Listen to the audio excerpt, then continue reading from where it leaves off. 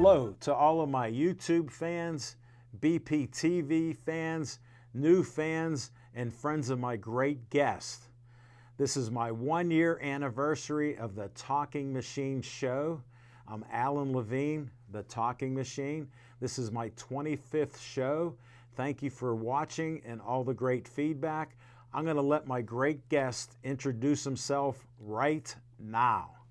Hi, Alan. Thanks for having me on the show. And for your audience, my name is Bill Kai, and I'm here on behalf of the Pennsylvania Sports Hall of Fame Western Chapter.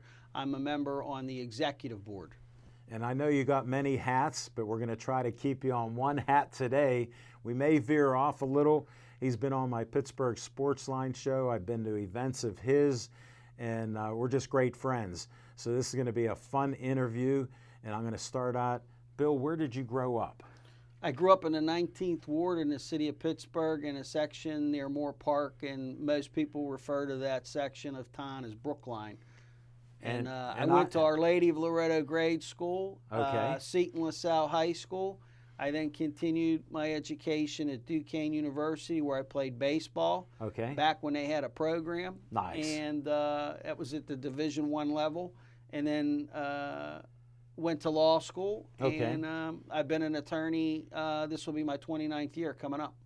Wow. That's interesting. So I'm going to tunnel down. You all know how I ask questions. Did you play any sports growing up? Well, besides baseball, I also played basketball. I first started out with ice hockey. Oh, really? Nice. And a lot of these relationships that brought me to the Pennsylvania Sports Hall of Fame were because of those relationships through sports. And my father, who many people knew in this area for baseball and softball. Oh, that's great. He was an inductee. He's also an inductee in the Hall of Fame in Oklahoma City for the ASA Slow Pitch Softball Hall of Fame. What a great honor. He was revolutionary, pioneering slow pitch softball. Many say in the golden era of slow pitch softball. Sure. I was the bat boy on some of those teams. He coached teams like Skip Hogan's, Jim Sports, Brookline Young Men's Club.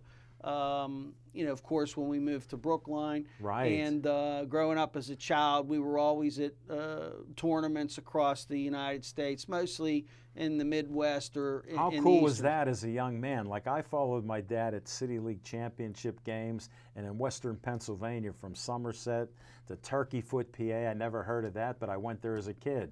Northeast, South, and West. He took me from 7 years old to watch basketball. I love sports because of that. And I could see you come from a sports family like that. The relationships are priceless. And I'm so glad that you had me on the show, because some of those relationships are going to be given some accolades when we have our sports banquet for the induction of the 2022 class. Right. That's coming up on April 30th. That's a Saturday. And we have that at the Station Square Sheraton Pittsburgh Hotel. It'll be starting around 5 p.m. with a banquet ceremony dinner at 6 p.m. Yeah. But my father was a great coach. Yeah. Apart from being a great player and athlete, he got into the trade unions, and many of our friends in common knew each other that way. We could go on and on about that, but not Being on this a whole show. Other segment, right? We only got 29 minutes, and we're going to get all this info out. Well, and as an attorney, I like to be concise and brief. So well, we're going to test you with that. Yeah. Brief. No, but I appreciate it. And your dad sounds like a great guy to be around, and look what he taught you and your brother.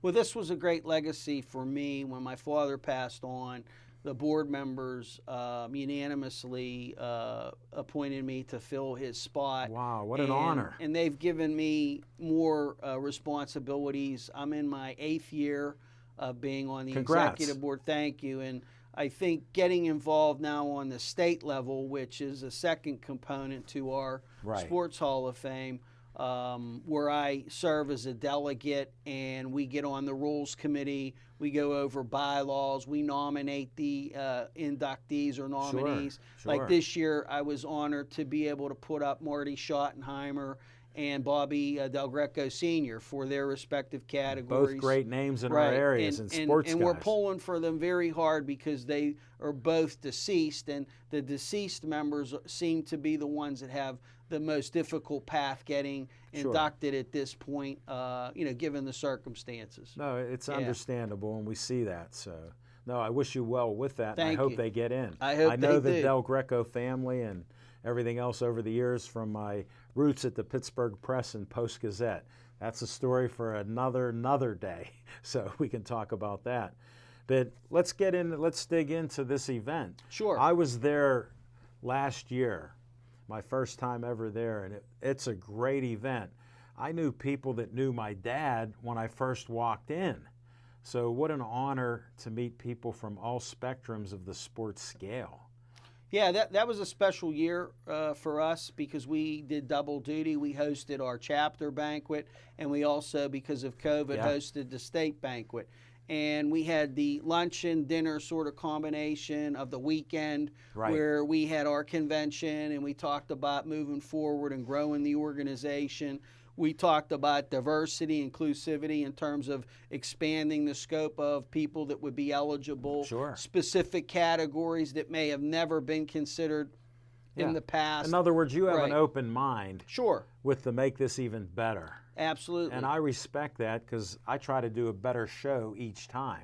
Now we've gone through some growing pains and some personality conflicts between some of the regions. We're broken into, I think, 6 regions. We have roughly 6 chapters in each of those 6 regions.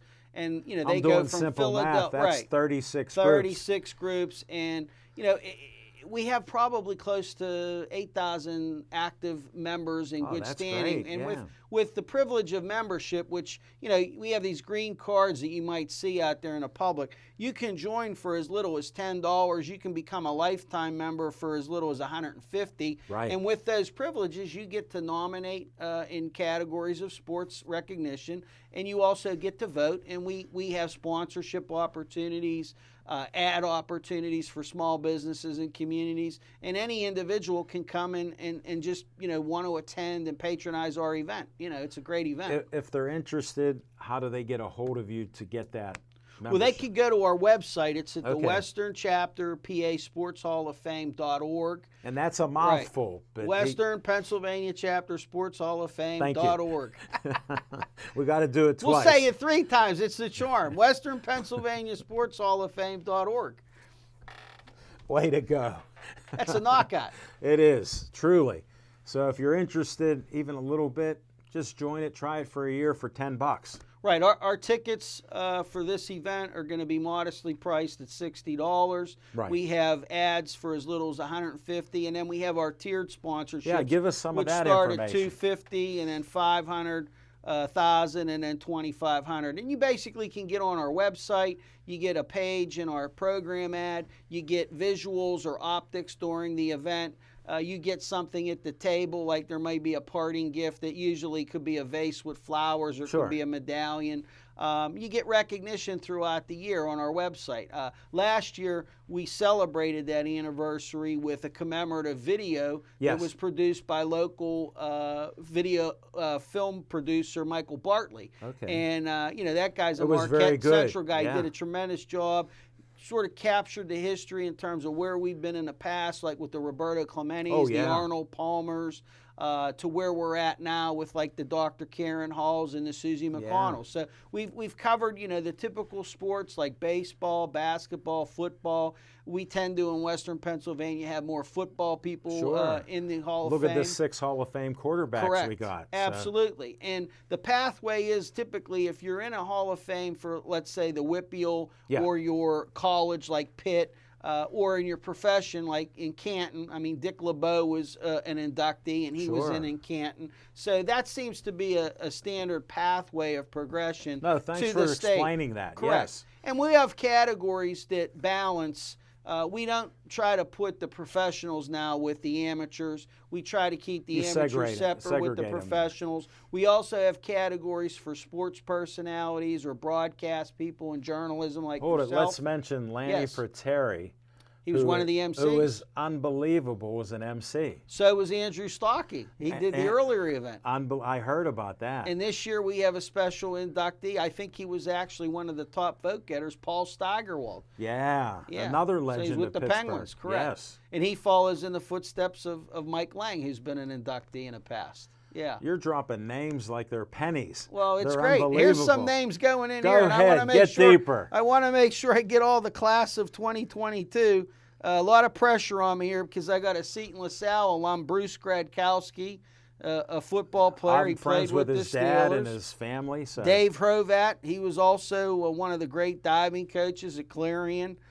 Tremendous, non-major revenue type sports. So again, we're expanding the circle. We got Bill Clary, a former Sarah Catholic High School legendary coach for girls basketball. Kim Calhoun, who played basketball locally at Penn Hills and then went on to star at Penn State, where Susie McConnell played. Sure.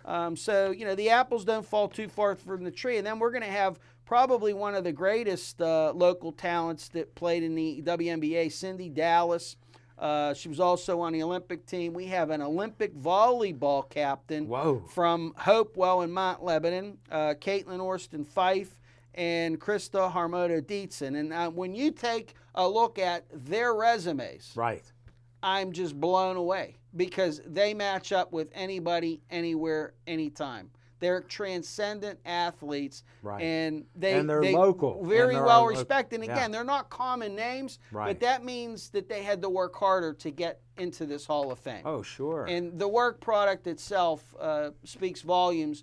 Their consistency, their sustainability, their standard of excellence. And again, most of these folks are athletes, but they're also people that are strong leaders in the community. That brings me to some of the awardees for the Campbell Award in particular. We're going to, this year, honor the memory of Josh Gibson through his foundation. Sure. And the award's going to be received by Sean Gibson, the great-grandson of Josh Gibson. That's great. The great Negro League player that was a tremendous catcher and a Hall of Famer by all metrics.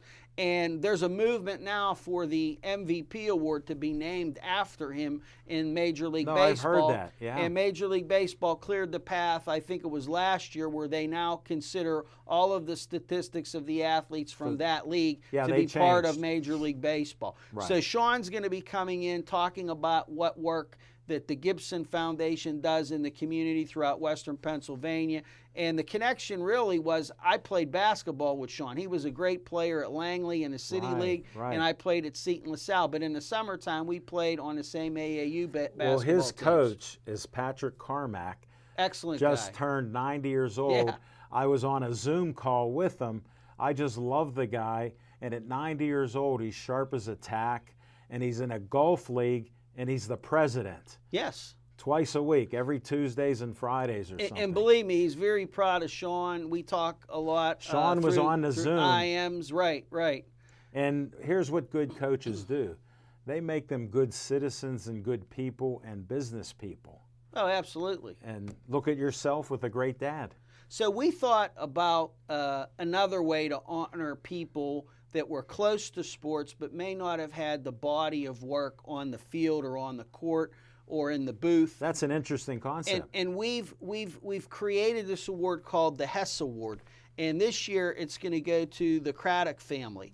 And the thing behind their legendary soccer personas, and they were involved in U.S. soccer back in the day, tremendous talents, but because they probably didn't gain recognition like a Tony Dorsett or a Dan Marino or a Mike Ditka, because we're so football oriented here in West Pennsylvania, we've been thinking about the people that may have been left behind or left out. Sure. So this Hess Award became a memorial. We're going to try to keep that as part of our program. It's to supplement and complement the people that win the Campbell Award. So again, the Campbell Award's more of somebody that would be like a Chuck Fusina, a Charlie Batch, a Sean Casey. These people have been past recipients of the Campbell Award because not only did they have great excellence and recognition in their sports, but they've done that in the foundations, through charities and nonprofits. And Sean Casey, we did a show with his organization, Miracle League, right in Upper St. Clair. We filmed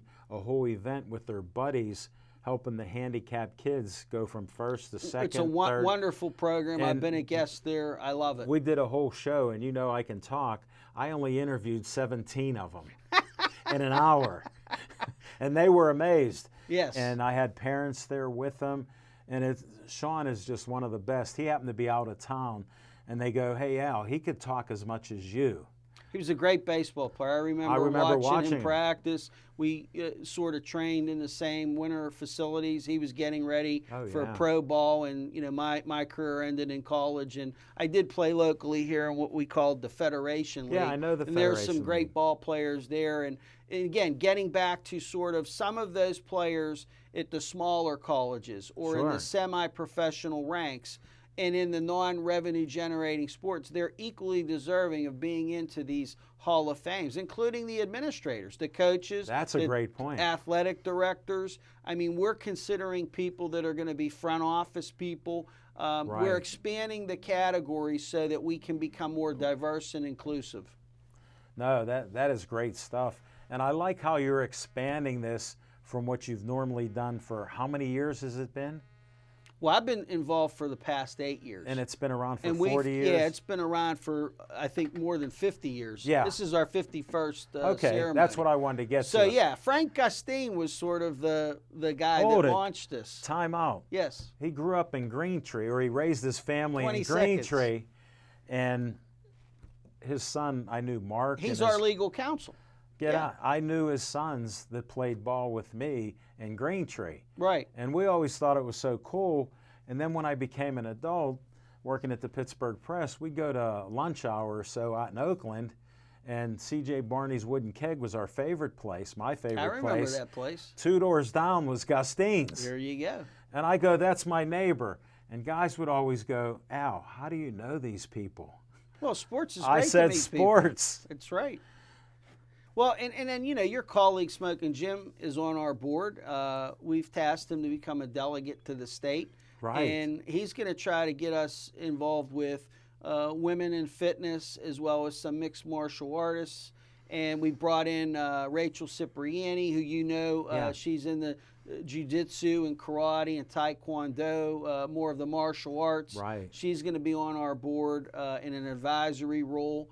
Again, just the breadth and depth of this. My colleague can interview me on some of the people. Sure. Since I have to share a little story again, 20 seconds more. Smokin' Jim, when I started my show, we became best friends, and he loves boxing. Matter of fact, how I even got on the show, we had another co-host that got sick during a broadcast, and they go, hey, Al, can you handle boxing? I said, I grew up with boxers in my family.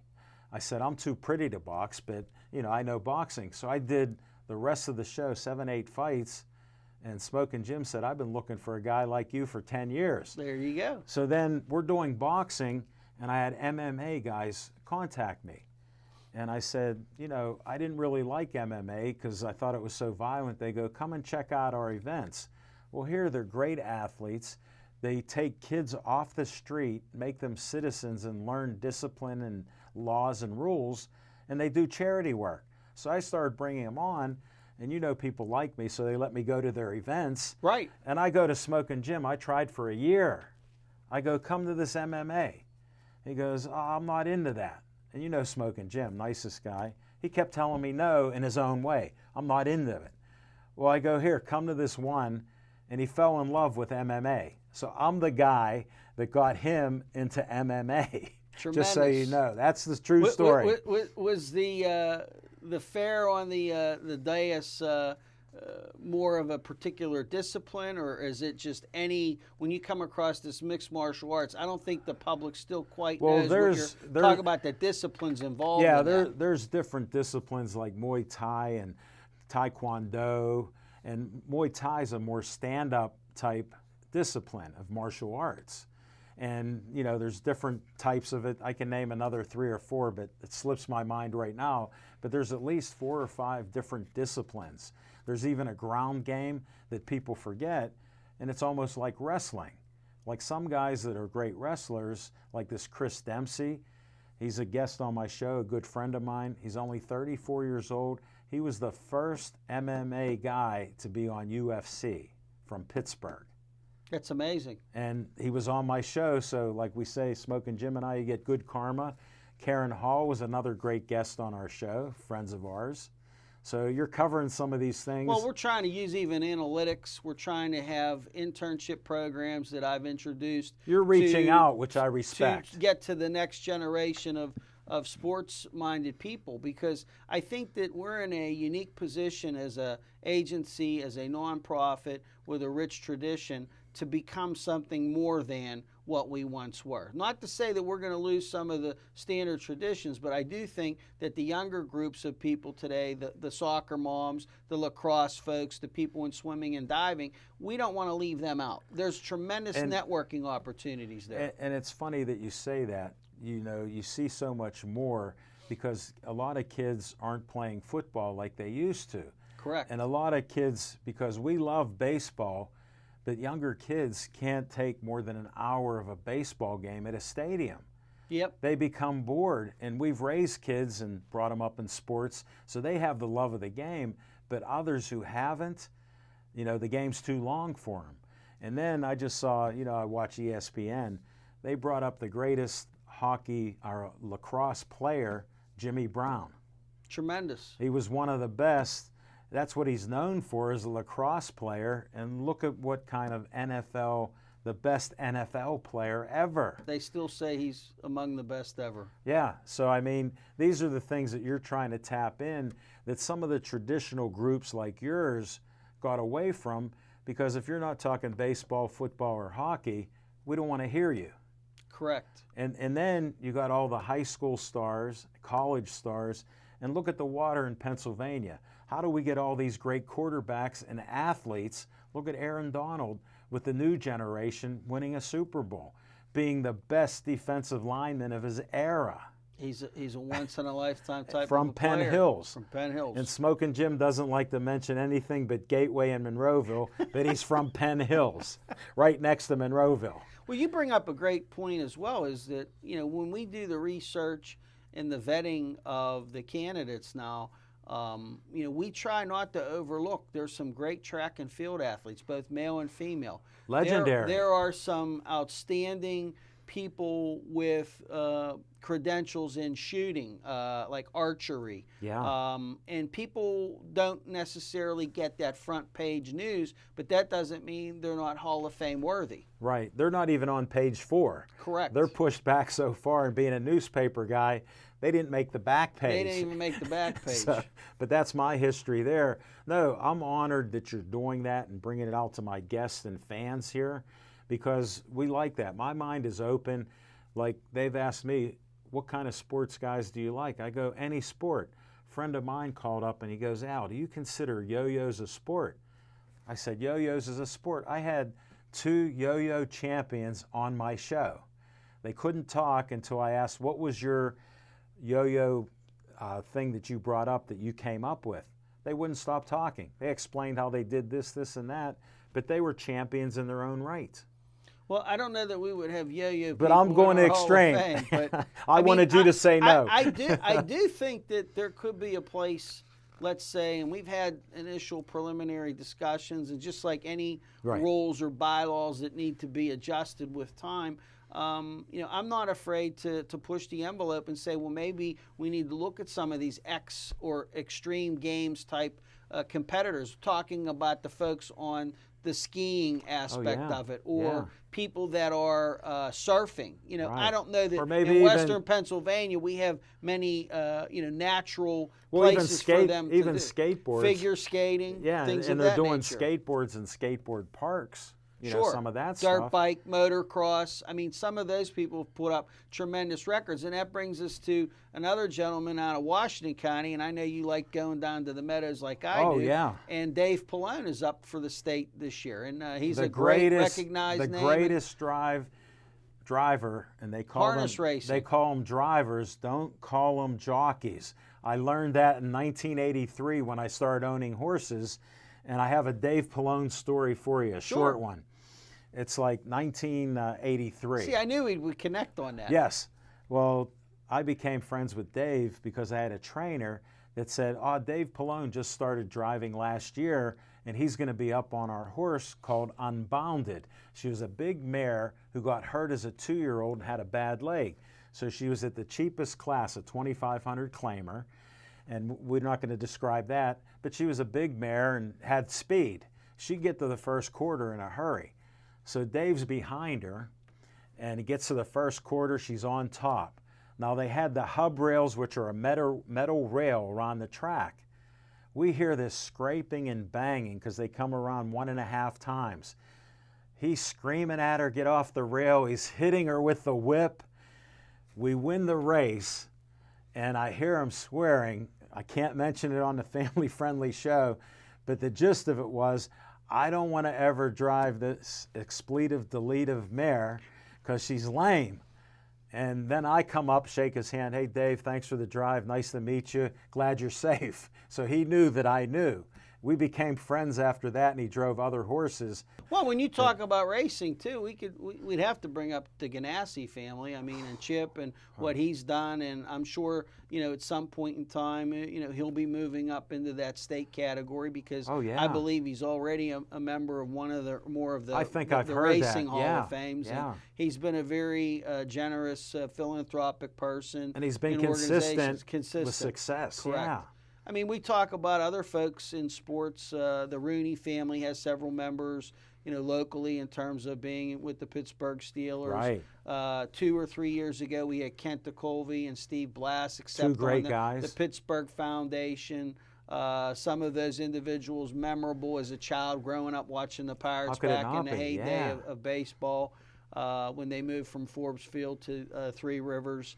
And I think that's the thing. I mean, this Hall of Fame is not just a typical average run-of-the-mill Hall of Fame. It goes deep, and it does things that if we don't do them, it's not going to get done.